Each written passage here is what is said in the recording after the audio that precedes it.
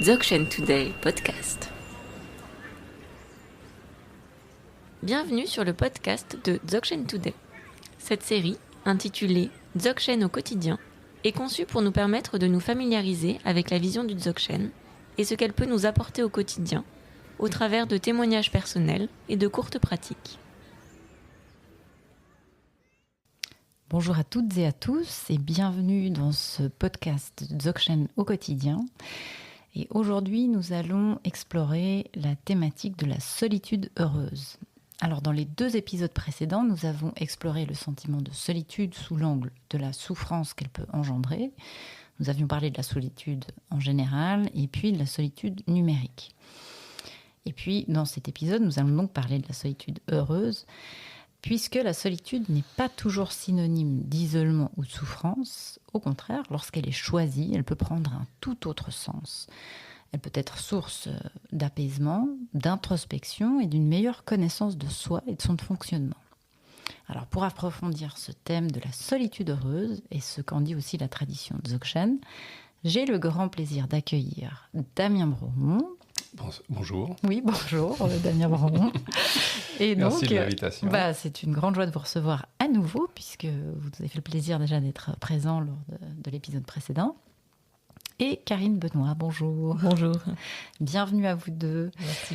Donc Damien Bromont, on le rappelle peut-être, vous êtes enseignant en art, artiste et auteur, et vous enseignez également le bouddhisme depuis de nombreuses années dans les pays francophones, dans différents cadres. C'est exact, toujours exact. Et Karine Benoît, donc vous êtes psychologue, psychothérapeute dans le domaine des addictions et de la psychotraumatologie. Et donc, vous étudiez et pratiquez le bouddhisme tibétain et le Dzogchen depuis une quinzaine d'années. Tout à fait. Alors, on va commencer donc par peut-être définir un petit peu ce qu'est la solitude heureuse, puisqu'on sait que la solitude peut avoir plusieurs visages. Et donc, pourriez-vous nous rappeler, avant toute chose, la différence entre la solitude subie et la solitude choisie ? Oui, tout à fait.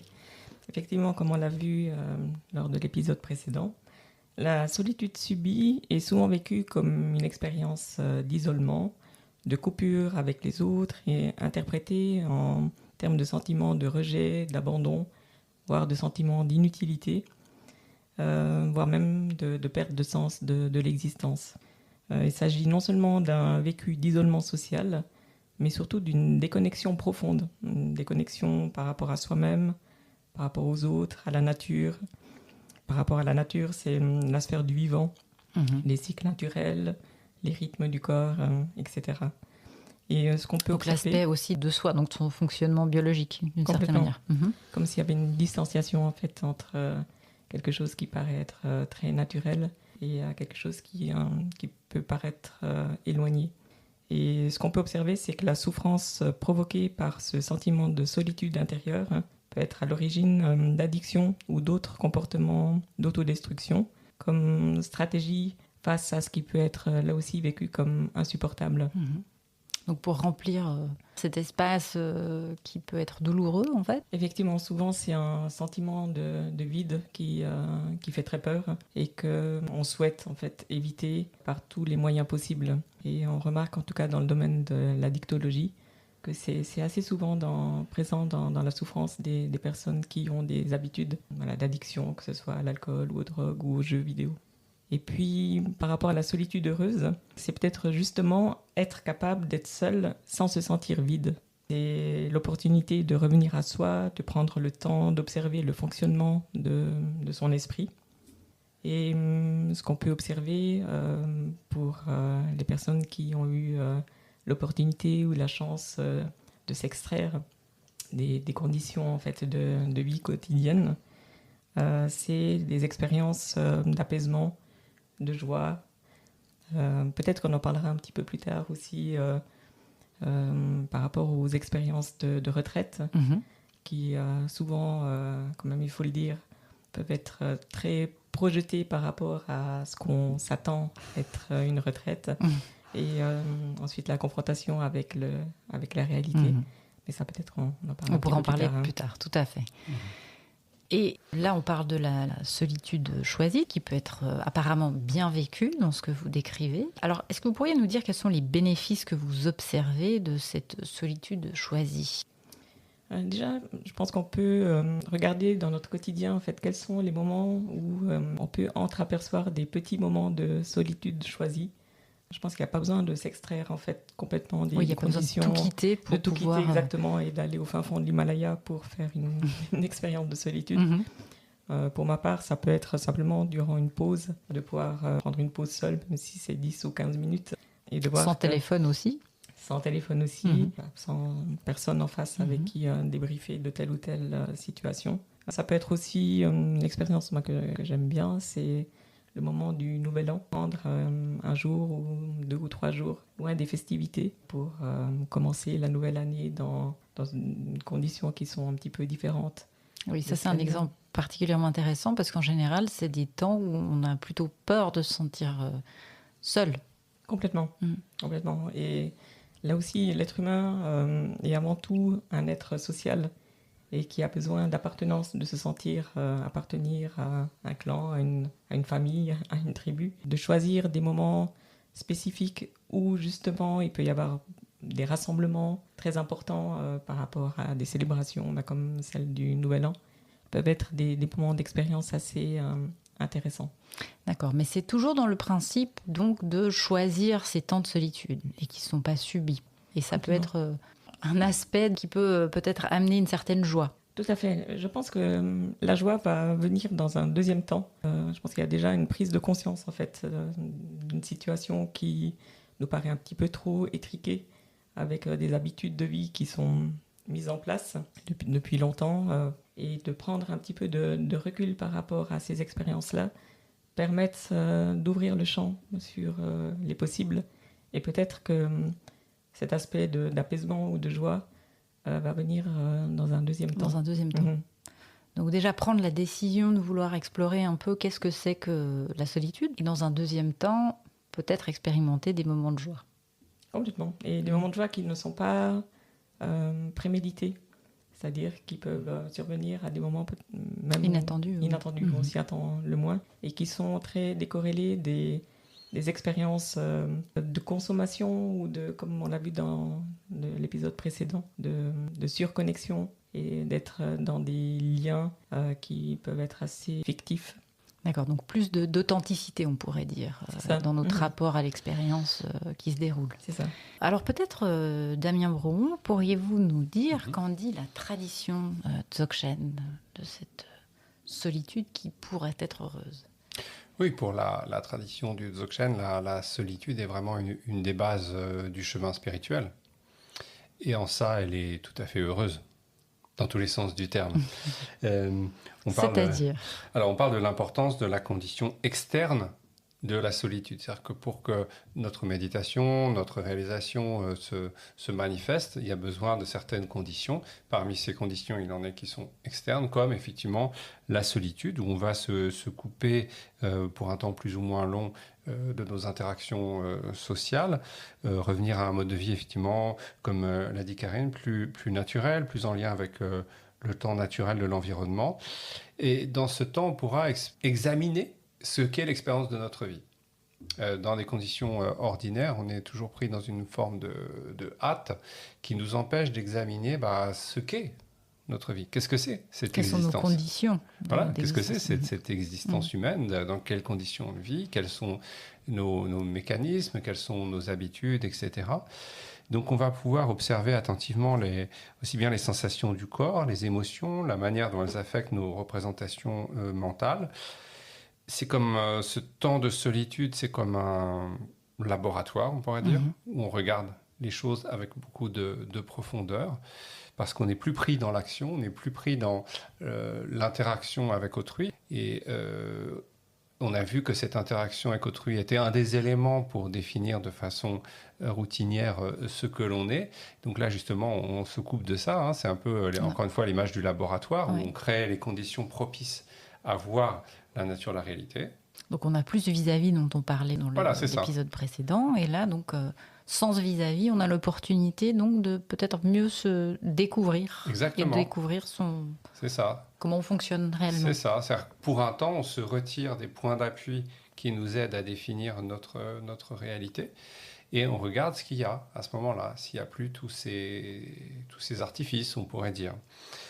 On pourrait dire plus précisément qu'il y a vraiment deux choses qui se produisent dans ce contexte de solitude, qui sont une conscience accrue de nos tendances habituelles, comment on fonctionne, justement, si on a des formes d'addiction aux réseaux sociaux, à l'alcool, aux jeux vidéo, etc.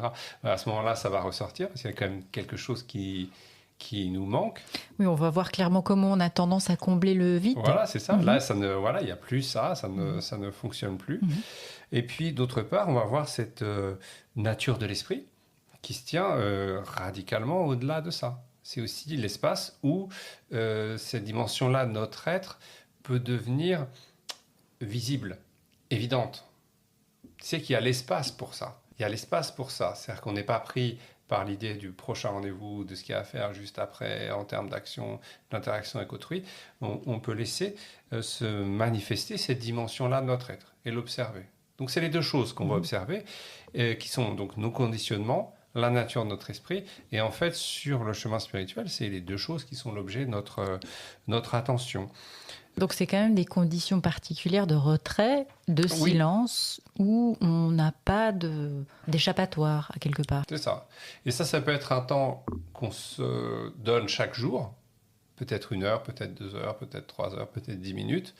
Ça peut être, comme disait Karine, des pauses dans la journée. Et ça peut être aussi, traditionnellement, des temps de retraite. C'est-à-dire qu'on ne va pas forcément passer sa vie dans un ermitage, mais on va passer une partie de sa vie dans un ermitage, dans un moment où on se retire de nos conditions habituelles.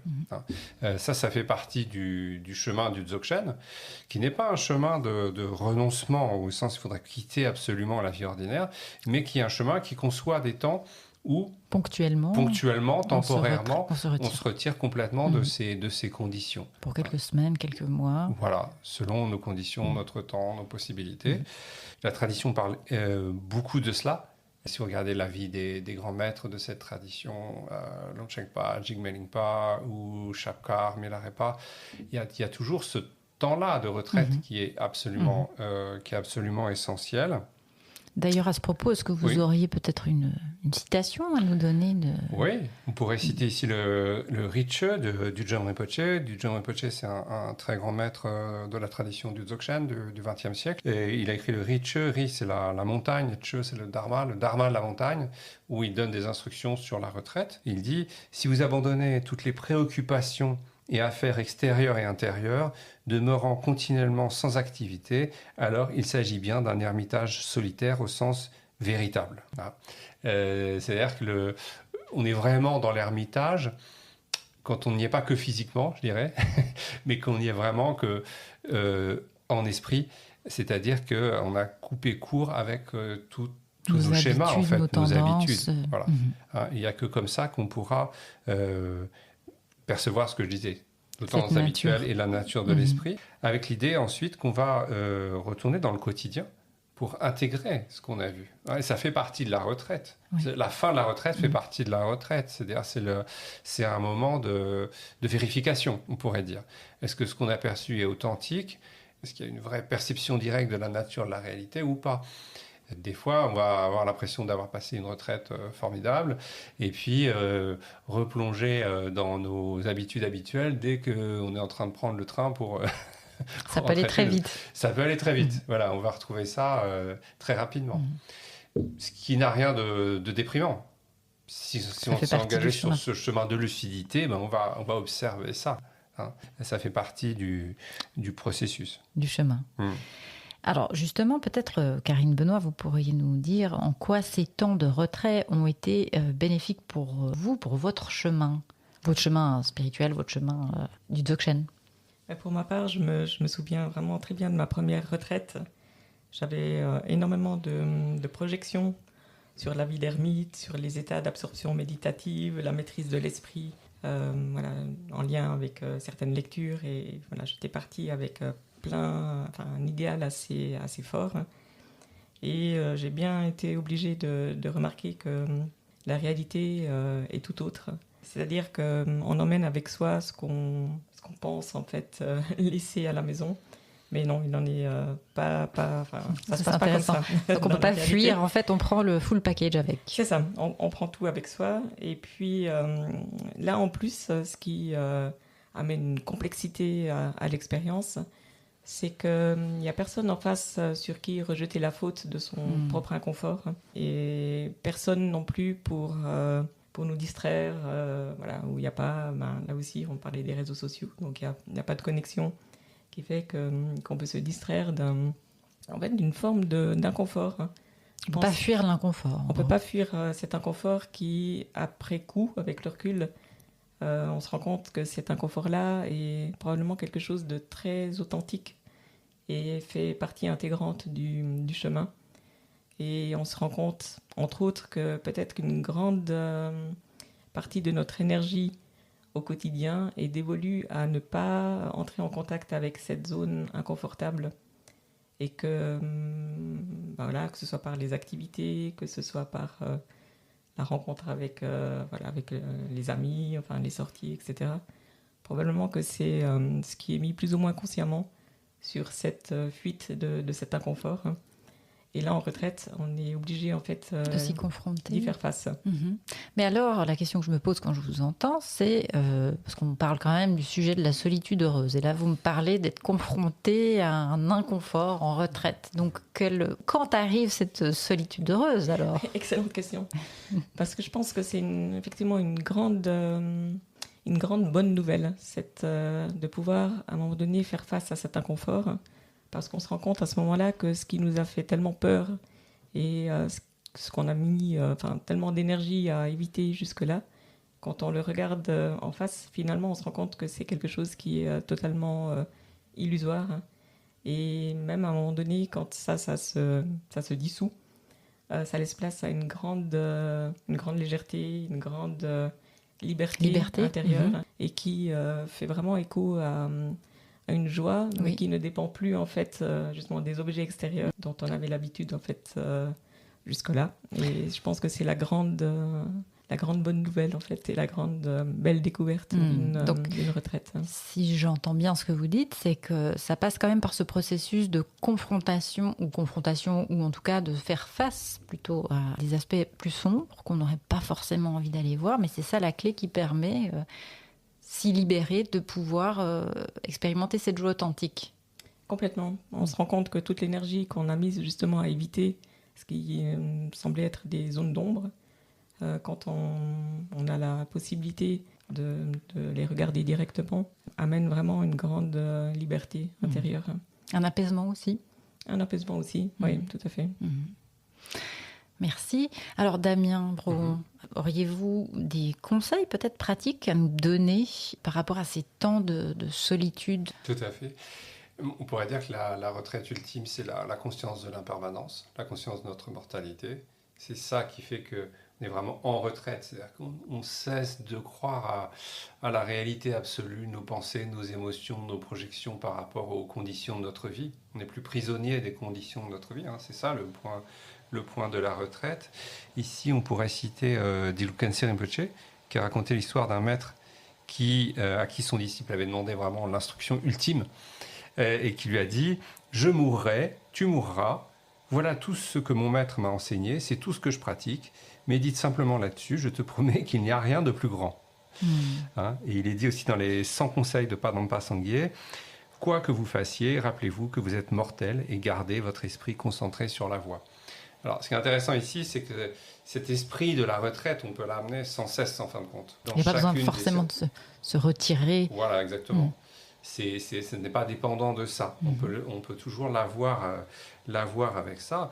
Après, d'un point de vue plus pratique, une façon d'amener cette solitude heureuse, lucide, source d'une réelle liberté, eh bien, l'importance d'une pratique quotidienne, de régulièrement, tous les jours, c'est ça que veut dire quotidien, aller à la pratique avec cette conscience de l'impermanence. Oui, d'une discipline, parce qu'il faut une régularité en fait, voilà, pour pouvoir entretenir pour garder le lien cette vie, avec cette dimension de notre être.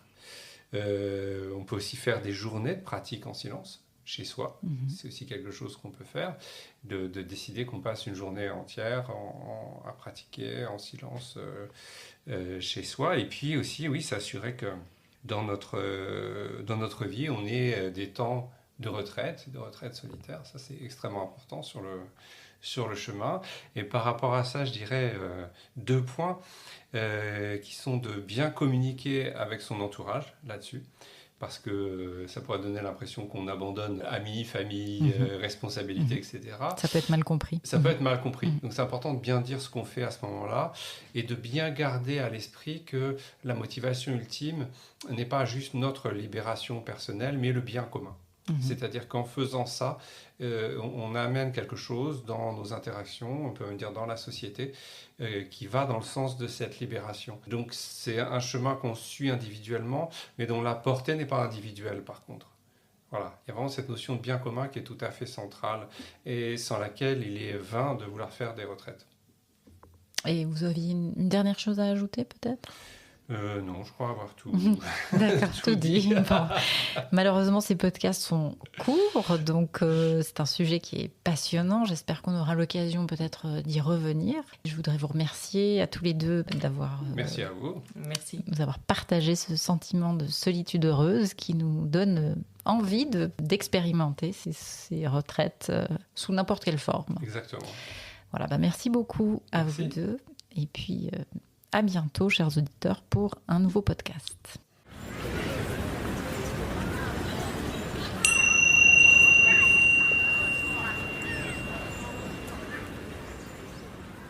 Si vous avez aimé cet épisode, n'hésitez pas à le dire en mettant un commentaire sur votre application podcast préférée et partagez-le avec vos amis. Nous serions ravis de recevoir vos retours à l'adresse podcast@dzogchentoday.org.